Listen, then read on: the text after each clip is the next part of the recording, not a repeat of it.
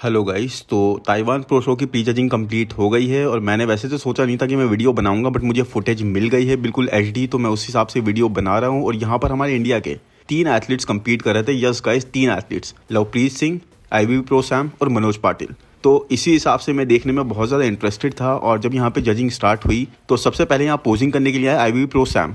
उनकी physique no doubt guys बहुत अच्छी थी, उनकी इंप्रूवमेंट्स काफ़ी ज़्यादा विजिबल थी। मतलब जब वो बैक पोस्ट कर रहे थे तो उनकी बैक पर फाइबर्स बिल्कुल ब्रैंडन हेनरिक्सन जैसे दिख रहे थे, वो बहुत ही अमेजिंग लग रहा था। बट वही है गाइज, साइज़ थोड़ा सा कम पता लगता है। साथ ही मैं जब लाइव स्ट्रीम देख रहा था तो लाइव स्ट्रीम वहाँ पर पहले कर रहे थे हमारे सिद्धांत जायसवाल, तो उनकी लाइव स्ट्रीम में वो कई बार बोल रहे थे कि शाइनिंग थोड़ी सी फिजिक में कम लग रही है। वो चीज़ उस टाइम मुझे समझ में इतनी नहीं आई। But yes, compare to others जब दूसरों से सामना हुआ तो दूसरों की फिजिक, दूसरों की स्किन टाइप बहुत ही ज़्यादा शाइन कर रही थी। उसी हिसाब से गाइज जैसे इनके डार्क कॉम्प्लेक्शन है आईबीबी प्रो सैम का, उसी हिसाब से मुझे लगा कि उनको भी थोड़ा सा कुछ शाइनिंग के लिए लगाना चाहिए था। साथ ही टैनिंग बहुत ज़्यादा डार्क सी लग रही थी वहाँ की लाइटिंग के हिसाब से।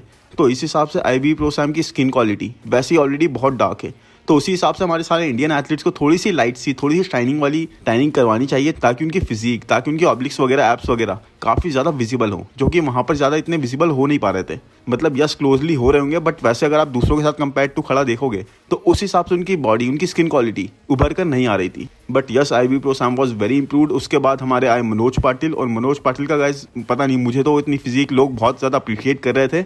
And yes, he should be appreciated because पहले के कंपेरेटिवली ये इंप्रूव कर रहे हैं शो आफ्टर शो। बट उसके बाद भी गाइज मुझे तो ये थोड़े सॉफ्ट साइड पर लगे, इवन इंडिया के शो से भी सॉफ्ट साइड पर लगे थोड़े से फ्रंट के मामले में। साथ ही आप इनकी बैक देखोगे तो गाइज बैक अच्छी है, no doubt in that. But yes, इनकी वेस्ट इनको बहुत ज़्यादा रेस्ट्रिक्ट कर दिया है, क्योंकि गाइज इनकी वेस्ट बहुत ज़्यादा थिकर साइड पर है। जो मेंस फिजिक में आजकल, मतलब आपकी फिजिक अच्छी हो कोई बात नहीं है उसमें, लेकिन आपकी फिजिक स्टैंड आउट करनी चाहिए दूसरों के कंपैरेटिवली। और जो दूसरे जितने भी एथलीट्स आ रहे थे गाइस, उनकी वेस्ट बहुत ज़्यादा टाइनी सी थी और शोल्डर्स बहुत ज़्यादा वाइड थे। अब मनोज के शोल्डर्स ठीक है, वाइड है, नॉर्मल है, मतलब इतने ज़्यादा वाइड भी नहीं है, बट उनकी वेस्ट और शोल्डर का जो रेशियो बनता है वो अच्छा इतना नहीं बन पाता, क्योंकि वेस्ट थोड़ी सी वाइड लगती है। और यहीं पर जाकर एक वो इतना हाईलाइट नहीं हो पाते, यहीं पर जाकर वो एक इतना शाइन नहीं कर पाते उस तरीके से। बट यस, इनके एफर्ट्स को अप्रिशिएट करा जाना चाहिए। बट गाइस लास्ट में जैसा बिल्कुल सोचा जा रहा था, जैसा मैं लास्ट टाइम से कवर कर रहा हूँ, लवप्रीत सिंह जब ये पोजिंग करना है, man he was looking really good, he was looking nuts. मतलब एक बहुत ही बैलेंस फिजिक एंड बहुत ही अप्रिशिएट करे जाने वाली फिजिक। और यस, अब हमें एक ऐसा एथलीट मिल गया है इंडिया से, एक और जो बहुत ज़्यादा बैलेंस फिजिक कैरी कर रहा है और बहुत ज़्यादा अच्छा एफर्ट्स दे रहा है। मतलब आप फ्रंट से देखोगे तो इनके एप्स, ऑब्लिक्स वगैरह क्लियरली विजिबल थे। यस, थोड़ा सा शाइनिंग पे इनको भी ध्यान देना चाहिए था, प्लस टैनिंग थोड़ी सी हल्की कर सकते थे।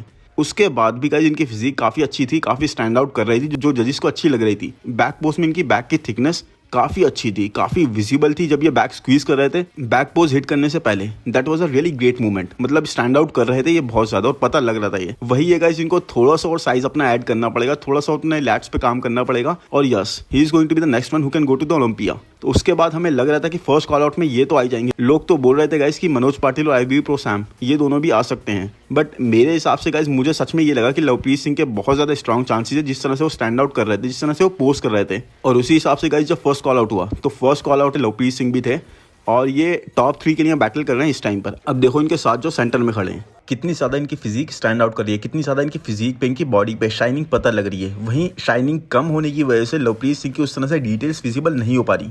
प्लस आपकी बैक पर, यानी कि आपको विथ थोड़ी सी ऐड करनी पड़ेगी ताकि आप इतने ज़्यादा स्मॉलर साइड पर ना लगो। बट यस, उसके अलावा guys he was really standing out, और इसी हिसाब से टॉप 3 के लिए लवप्रीत कंसीडर करे जा रहे हैं, बिकॉज इन तीनों को साथ में वापस भेज दिया गया था और बाकी जितने भी बचे थे उनको सेकंड कॉल आउट की तरह देखा जा रहा था। तो अब देखते हैं फाइनल्स में क्या लवप्रीत सिंह और ज़्यादा हार्डर साइड पर और ज़्यादा ड्रायर साइड पर वो अपनी फिजिक पे थोड़ी सी शाइन ऐड करके आ सकते हैं, और क्या इस चीज़ से जजिस को फर्क पड़ेगा। क्योंकि टॉप 3 में आने के बाद गाइस अब थोड़ा सा ही अगर मूवमेंट करेंगे, और हो सकता है अगर ये चेंजेस ज़्यादा कर लें तो क्या पता ये शो जीत भी जाए। बट वैसे जजिस इस चीज़ को इतना ज़्यादा ध्यान नहीं देते। जो सेंटर में एंड अप करता है जजिस हमेशा उसे ही प्रेफर करते हैं। बट यस, उसके बाद भी गाइस चेंजेस के चांसेस तो अभी भी हैं। तो गाइस वीडियो आपको पसंद आया है तो प्लीज़ लाइक कर दो, चैनल को सब्सक्राइब कर दो, नोटिफिकेशन बेल को दबा दो, इंस्टा पर फॉलो कर दो। Thank you, bye bye.